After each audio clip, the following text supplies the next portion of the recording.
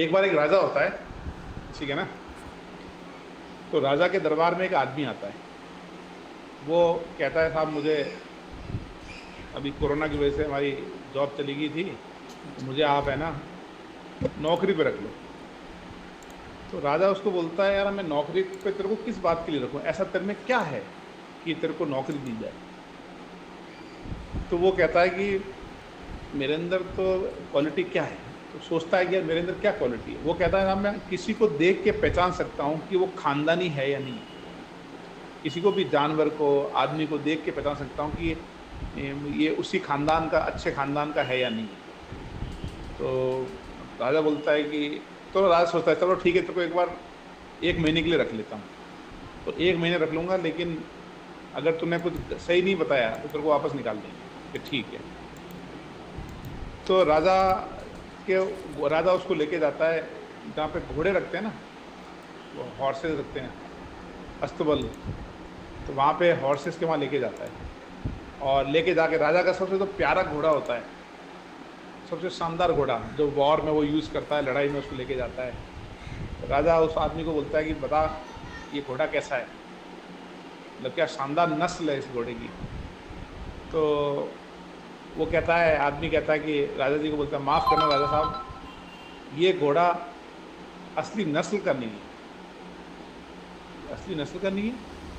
बोला नहीं, ये घोड़ा नस्ली नहीं है, मतलब उसकी नस्ल वो नहीं है, इसकी मतलब परवरिश वैसे नहीं हुई जैसे घोड़े की होनी चाहिए। तो राजा एकदम शौक हो जाता है, बोलता है यार ये तो हमारा बेस्ट घोड़ा है। वो जो जो घोड़ा जिसके पास होता है उसको बुलाता है। उसको बुला के बोलता है कि ये बताओ यार, ये घोड़ा जो है, ये बचपन से तुमने इसको प्रॉपर पाला ही नहीं पाला है? तो वो बोलता है कि साहब, ये जब घोड़े जब छोटा था तो उस समय इसके माँ की डेथ हो गई, तो इसको दूध पिलाने वाला कोई नहीं था, इसलिए मैं रोज़ इसको गाय का दूध पिलाता था। तो मुझे आप माफ़ कर दो, इसकी परवरिश मैंने गाय के दूध पिला के की। तो राजा उस आदमी को बोलता है, तुमने कैसे पहचाना कि ये घोड़ा असली नस्ल का नहीं है? तो वो आदमी कहता है कि जो असली घोड़ा होता है ना, वो हमेशा क्या करता है, वो हमेशा घास खाने के बाद ऐसे ऊपर मुंह कर लेता है। मतलब घोड़ा घास खाता है तो ऐसे हिलना आता है ऊपर मुंह करके। और आपका जो घोड़ा है, ये घोड़ा हमेशा नीचे देख के, ऐसे नीचे देख के, ऐसे गाय जैसे गाय खाती है ना, वैसे वैसे खाता है। तो मैं इसको देख के ही समझ गया था कि भाई इसमें गाय के गुण है, घोड़े के गुण कम। राजा एकदम इम्प्रेस हो जाता है। राजा बोलता है, शानदार है, गजब टैलेंट है तुम्हारे अंदर। फिर कुछ दिन बीतते हैं। एक दिन राजा बोलता है कि चलो ये बताओ, ये जो मेरी रानी है, यानी राजा की जो वाइफ है, वो बहुत खूबसूरत होती है। तो बोलता है कि इसके बारे में बताओ, क्या ये खानदानी है क्या? अब वो आदमी थोड़ा सा डरता है और सोचता है कि यार बताऊं या नहीं बताऊं। फिर वो राजा को बोलता है कि ये खानदानी नहीं है। राजा एकदम शौक हो जाता है, क्या बात कर रहा है, कि नहीं नहीं, ये तो उस राजघराने की उनकी बेटी है, कि नहीं नहीं, ये खानदानी नहीं है। राजा तुरंत अपने सासू ससुर जो ससुराल वाले हैं उनको बुलाता है और बोलता है कि सच सच बताओ कि ये किसकी बेटी है। तो वो बोलते हैं कि माफ़ करना राजा जी, जब ये छोटी थी तो ये चोरी हो गई थी। तो ये छोटी, मतलब डेथ हो गई थी बच्चे की, छोटा मेरी बेटी हुई थी, उनके डेथ हो गई थी। तो हमने किसी और की बेटी को गोद लिया था और उसको परवरिश करके रानी, मतलब ऐसे राजकुमारी की तरह परवरिश की। तो राजा एकदम सामने बोला, तुम गजब आदमी है, मतलब देख के बता देते हो। तो तुमने बताया कैसे कि ये रानी जो है वो खानदानी नहीं है? तो वो आदमी बोलता है कि साहब मैंने रानी का व्यवहार देखा, बिहेवियर देखा। मैंने देखा ये अपने यहाँ के जो नौकर चाकर सिक्योरिटी के जो लोग हैं उनके साथ बहुत ही बदतमीजी से बात कर रही थी, उनके साथ गाली गलौज कर रही थी। उसके बिहेवियर से पता चल रहा था कि ये रॉयल फैमिली से नहीं है। कि जो अच्छे घराने के लोग होते हैं वो ऐसे हर किसी को ऐसे गलत शब्द नहीं बोलते, गाली नहीं देते आसानी से। समझ रहे हो तुम? ठीक है ना?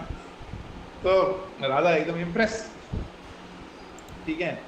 अब राजा, कुछ दिन और बीत जाते हैं, वो मस्ती में रहता है एकदम, और राजा एकदम खुश हो जाते हैं, भाई ये तो बहुत खास आदमी है, खूब खाता पीता मस्त रहता है। एक दिन राजा बोलता है कि यार मेरे बारे में बताओ, कि मैं मतलब रॉयल फैमिली से हूँ, तो क्या मैं खानदानी हूं या नहीं, मेरी नस्ल सही है या नहीं। अब वो आदमी एकदम डरने लगता है। तो वो राजा को बोलता है कि राजा जी माफ़ करो, मैं आपके बारे में नहीं बता सकता, मेरी जान चली जाएगी अगर मैंने आपके बारे में बता दिया। तो राजा बोलता नहीं नहीं, जान नहीं जाएगी। तो बोला पहले मुझे मेरी जान बख्श देंगे, इसका मेरे को आप आश्वासन दें। तो राजा बोलता है चल जा, तेरी जान बख्श दी, तू बता मैं नस्ली हूं या नहीं, मैं खानदानी हूं या नहीं। तो वो बोलता है कि नहीं साहब, आप खानदानी नहीं। अब राजा के जमीन एकदम खिसक जाती है नीचे से, करे यार मैं खानदानी नहीं हूँ। अब वो राजा अपने पेरेंट्स के, मदर फादर के पास जाता है और बोलता है कि क्या हुआ, मतलब मैं आपका बच्चा नहीं हूँ क्या। फिर वो बताते हैं कि नहीं, बचपन में वो जो छोटा था उस समय कोई एक प्लेग टाइप बीमारी कुछ फैली थी, तो उस प्लेग में उसकी डेथ हो गई।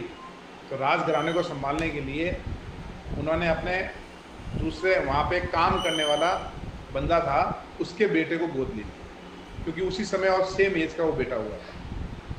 और जो काम करने वाला जो बंदा था, उनके जो गाय वगैरह जो दूध वगैरह जो मेंटेन करता था, गाय वगैरह दूधता था, गाय को मेंटेनेंस करता था, उसके बेटे को गोद लिया।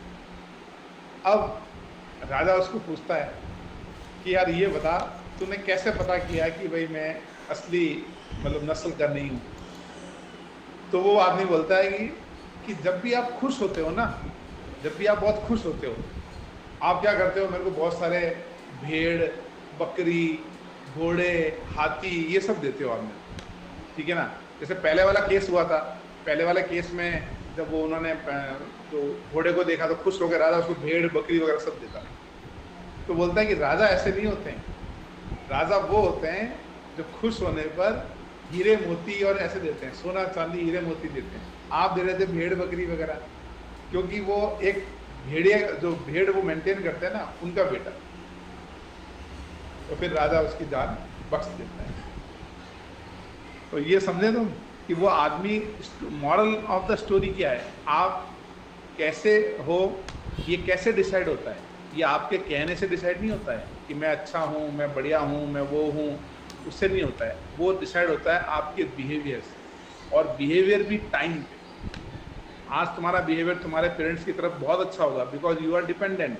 आज उसको पैसा देते हैं, सपोर्ट करते हैं, खाना वाना सब डिपेंडेंट है। तो अभी तुम्हारा behaviour towards your parents is good because you need them, ठीक है ना। तो जब आप बड़े हो जाओगे, जब आपकी ज़रूरत ख़त्म हो जाएगी, जब आप अर्निंग करने लगोगे, आपकी फैमिली होगी, उस समय आपकी असली पहचान होगी कि आपका बिहेवियर क्या है। क्योंकि डिपेंडेंट जो होता है उसका बिहेवियर तो अच्छा ही होता है। तो आपका एक्चुअल जजमेंट या एक्चुअल आपकी पर्सनैलिटी तब पता चलेगी when you are in the position, जब आप अपने परिवार को, अपने पेरेंट्स को सपोर्ट करोगे। बात समझ में आई। रहूँगा तो बहुत ईमानदार रहूँगा, मैं कुछ करप्शन नहीं करूँगा, ये नहीं करूँगा।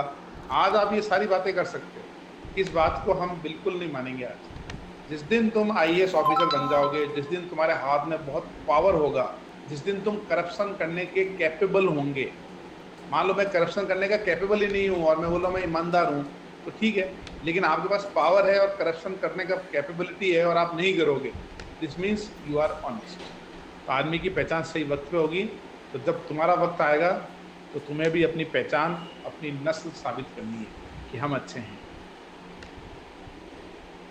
बात समझ गए तुम भाई? चलो, तो कैसी लगी स्टोरी? Behaviour decide